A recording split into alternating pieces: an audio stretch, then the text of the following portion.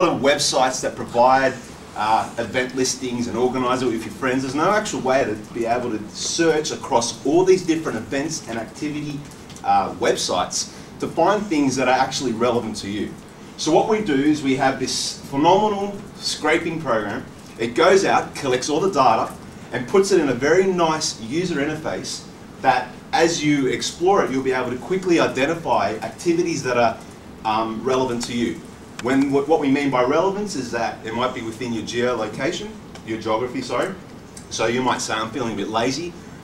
You have something organised down the street, or I'm feeling a bit adventurous. You can click another option and it might actually take you out of town.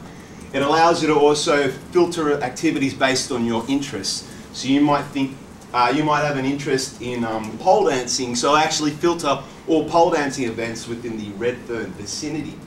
As we continue to build the model and evolve the rapidly developing functionality of the site, we will be introducing other features. For example, your friends will actually be, it actually monitors what events and activities your friends do, and based on your common relationships with people, it will start making suggestions on activities you might want to do without you actually having to go to the website.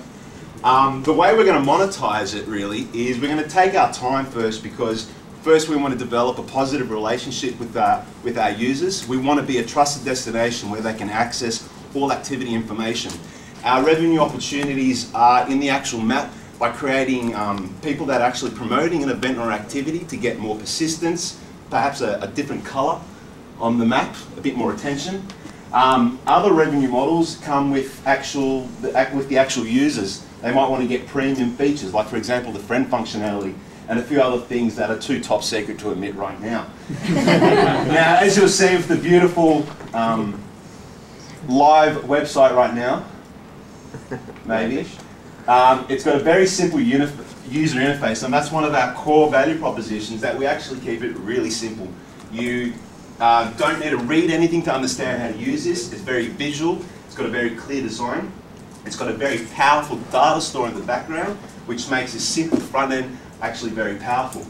And what we've found, and the reason why we think this is a real opportunity, is that whilst there's a lot of search, you can search for a lot of things, there's no actual way of searching for activities.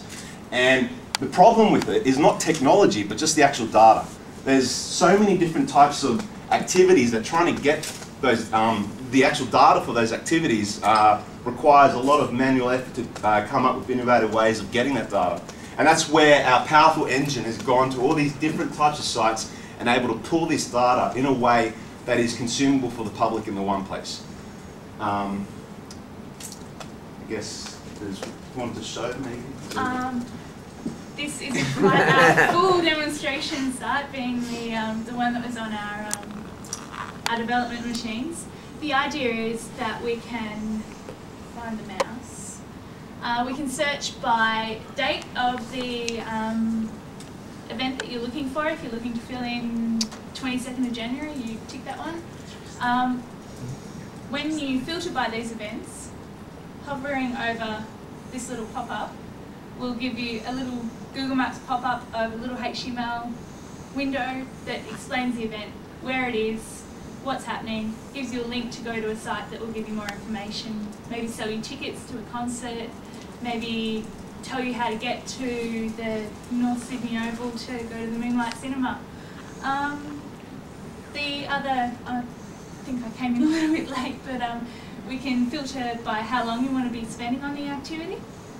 And we're also able to filter by how far you're willing to travel to go. So you want something close by, something that you can get to close by, or maybe you want to go up for a drive over the Blue Mountains or up the coast or something like that, and you want to know what wine festivals are on in the winery regions or something like that.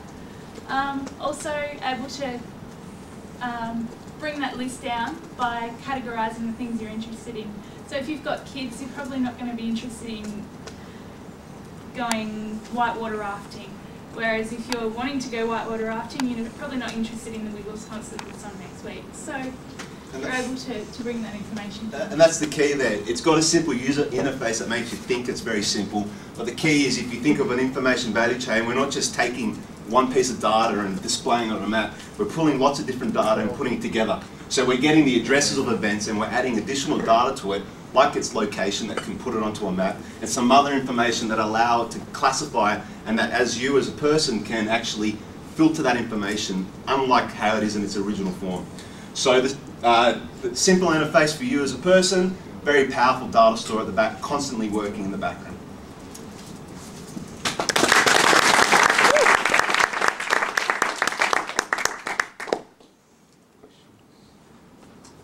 I'm not really clear on your revenue model. Right. Did you say that and I didn't understand it? Yeah, so what we're trying to attempt with our revenue model is basically you're not going to get a revenue model unless you've got users. And the thing about just putting like a Google ad on there, I personally hate it when I see a blog and I just see these Google ads on there because it cheapens the actual experience. It makes it look, there's something about it that ruins it. So what we're focused on is actually getting people to use it. Once we actually get to a stage where we're getting quite a few users, that's when we can start experimenting with the different revenue models that we've thought about. One of them is going to be this freemium approach, where we allow people free access to a few features, but if they want to get additional features, they have to pay for it.